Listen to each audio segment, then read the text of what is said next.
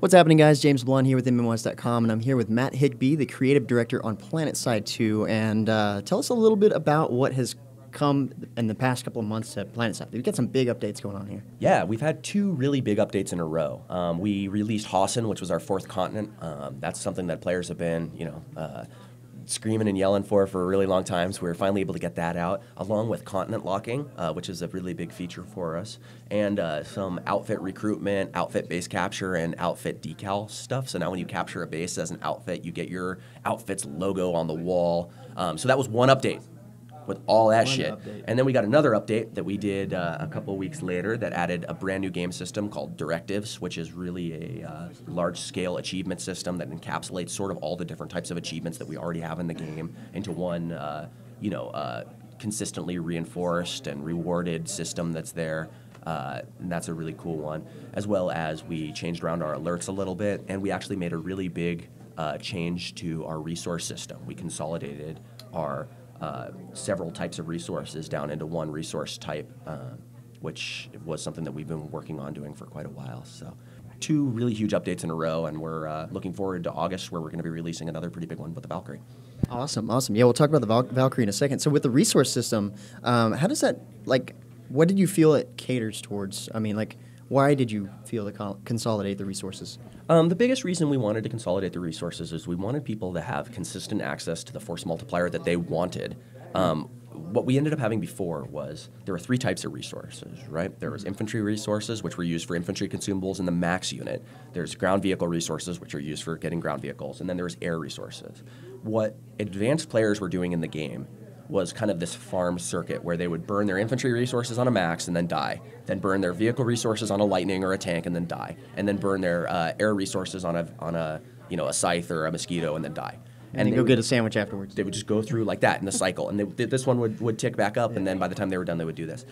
Now, that's not that bad, right? We're getting them to do three different things, and they're trying it out. But in a lot of cases, these guys were really just wanting to drive a tank or really just wanting to be in a max. But because of the resource system was forcing them to kind of rotate through these different things instead. So the new resource system says, we still have the same kind of limitations in there, but if all you want to do is drive a tank, we're not going to have the resource system be like forcing you to go spend your aerospace resources and infantry resources, If you want to be a dedicated tanker, cool. You're burning resources against tanks. You're not going to have resources now to use for infantry. You're not going to have resources now to use for air vehicles. You're basically able to self-select the thing that you want to spend your resources on, and the game is going to be a little less restrictive about forcing you to sort of where you crop rotate your farming. Exactly. Just like waiting for the next thing over and over again. Exactly, yeah. So that was a big piece of it. And then the next step, we actually have some more stuff that we're going to be doing with resources in the future, is adding more battlefield dynamics to the system. So right now you get a consistent flow of resources no matter what, but we want to do things like allow people to cut off resources, to earn bonus resources for doing specific actions, to do things like deplete or harvest resources, to do resource runs, that kind of stuff. So all kinds of things that actually bring the resource gameplay back into the world. Oh, that makes sense. So you're now going to be able to go in there and basically hurt the enemy's economy in terms of resources. You can go in there, keep them from getting more tank, keep them from getting aircraft. Exactly right. That's right. Awesome. Yeah, and before we had, we have that mechanic in where if you cut off territories, they're not earning resources in those territories anymore. But previously, the way that we had our resources split up, you could stockpile. Like if I have infantry resources, every time I have 750 infantry resources, I just went in and spent them, right? Just C4, medkit. Now I have a stack of 100 C4s and a stack of 100 medkits. So when we did get cut off of our resources, it took a really long time for that to affect me, right? It's like I lost my job, but I had so much savings that I didn't give a shit. So I was good. So with the new system, we limit you to only having the amount on hand that you can replenish on one loadout. So that means that the resource deficiencies are now felt much more acutely and much more quickly. So that allows for the resources to actually be more of a strategic cudgel than they had been previously a little bit.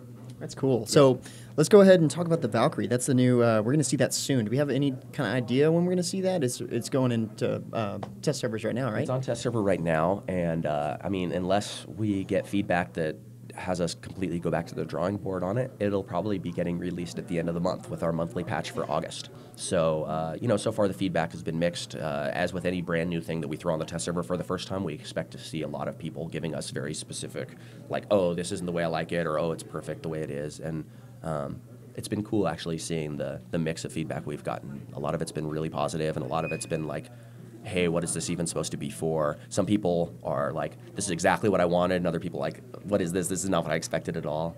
So it's cool. And one of the fun things about PlanetSide is we're constantly adding new stuff to the game, so it's not like everything that we put in has to be for everybody. So yeah, it's neat. I mean, it's a very tactical vehicle. It's very maneuverable, very quick. It has 4 passengers, 2 of whom can use their regular weapons out of the rumble seats, so lock-ons, and they can do things like throw mines or throw C4 out of the thing if they want to, which really creates some kind of fun stuff. And then the nose gunner has a really powerful gun, so it can totally serve as a really good close air support gunship too. We think it'll be interesting as a new tactical type insertion vehicle. That's kind of its main role.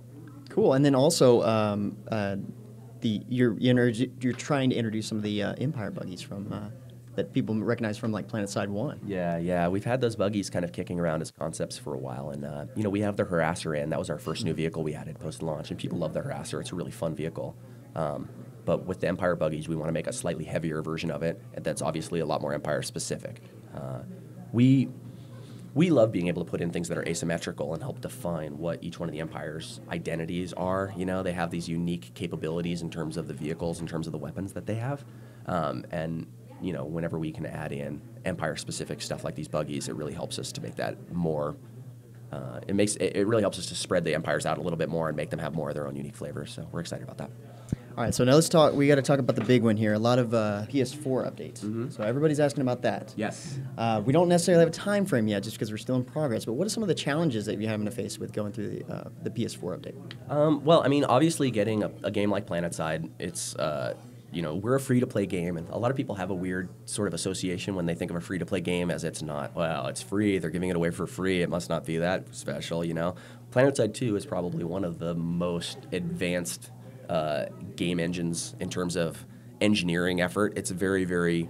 The things that we have to do to make PlanetSide 2 function as a game is very complicated from an engineering perspective. So a lot of that work getting ported over to the PS4 is very intricate and very difficult and very technically challenging.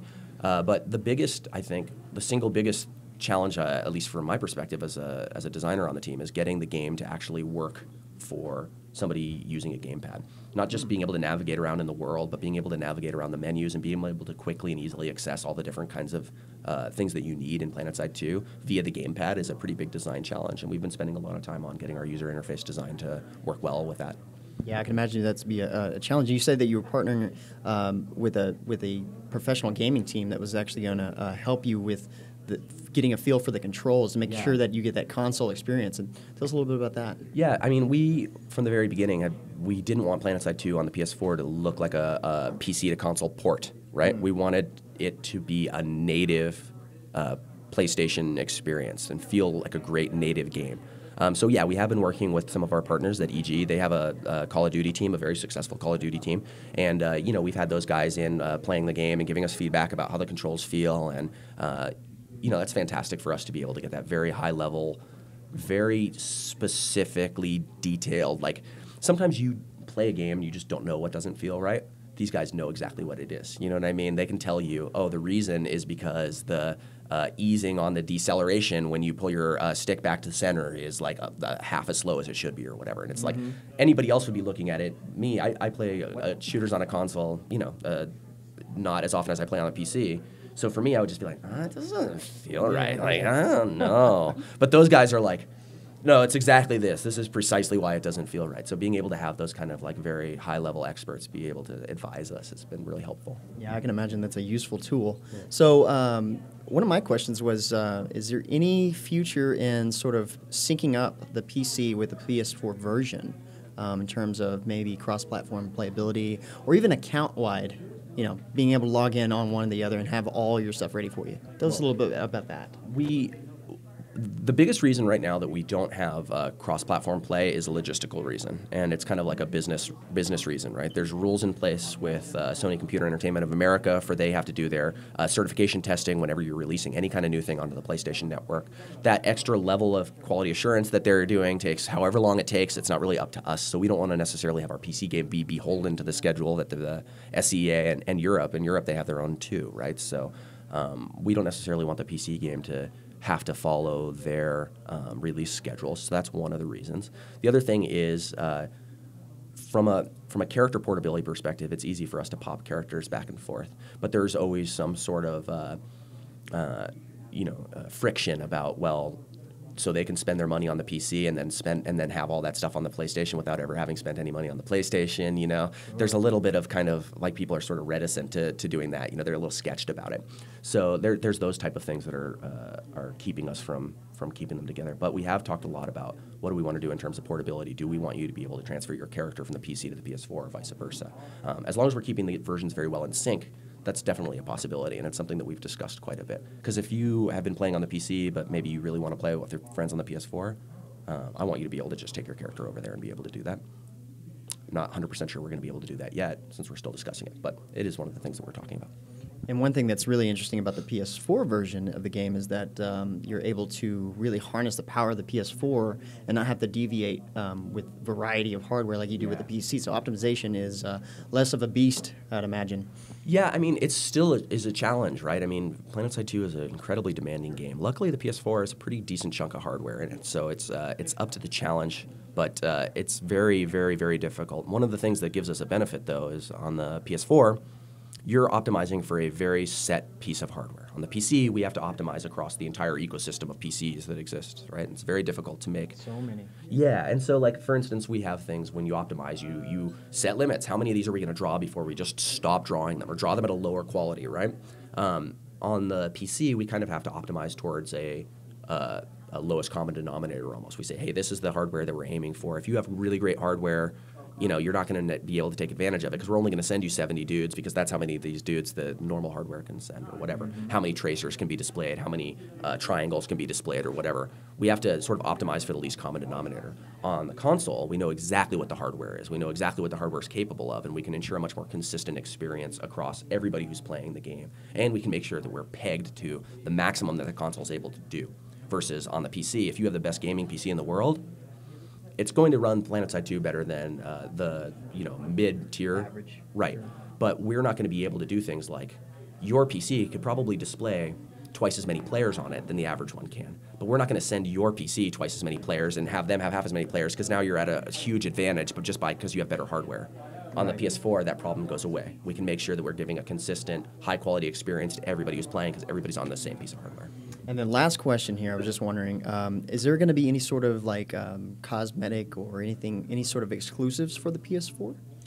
Yeah, I mean, we have talked about doing some certain things, like maybe they have unique decals or unique access to camos. Most of our cosmetics right now are coming from Player Studio, which is players actually creating their own helmets, creating their own camos, things like that. And they'll most likely be shared across both because we want to make sure that market is open to our Player Studio creators who are spending all this time making stuff. I don't know we would necessarily want to limit, where things got sold. So unique things like potentially for PlayStation Plus members getting access to kind of unique cosmetics is something that we have talked about, though.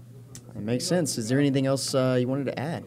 No, just... Any teasers on when we're going to see that update for PS4? I got no teasers. I got no teasers. We're hoping to be able to get something out with players actually getting us feedback and stuff sometime this year, but we'll see. We're not in a huge rush. It's actually really cool to be in the situation we're in because there's not any competition for PlanetSide on the horizon, really. People will bring up Destiny a lot, and they're like, oh, man, you guys are trying to beat Destiny out or anything like that? Like, not really. It's a very different game that does something very different than what ours does, so we don't feel like we're in this race against them or that we want to, launch around them or anything. It's more like we want to wait until we have all that stuff I was saying. The game feels like a native console game. It feels like the user interface is slick and feels good to navigate. And the game feels, the aiming and movement and all that stuff feels great on the console. At that point is when we're going to launch. It's not some arbitrary date. So it's tough for me to say when it's going to be. Based on what we've seen and what we heard now and what's going into it, I think it's definitely going to be worth the wait. So I hope so. Appreciate it. Yeah, you bet. Thanks for your time. Yeah, thanks, man.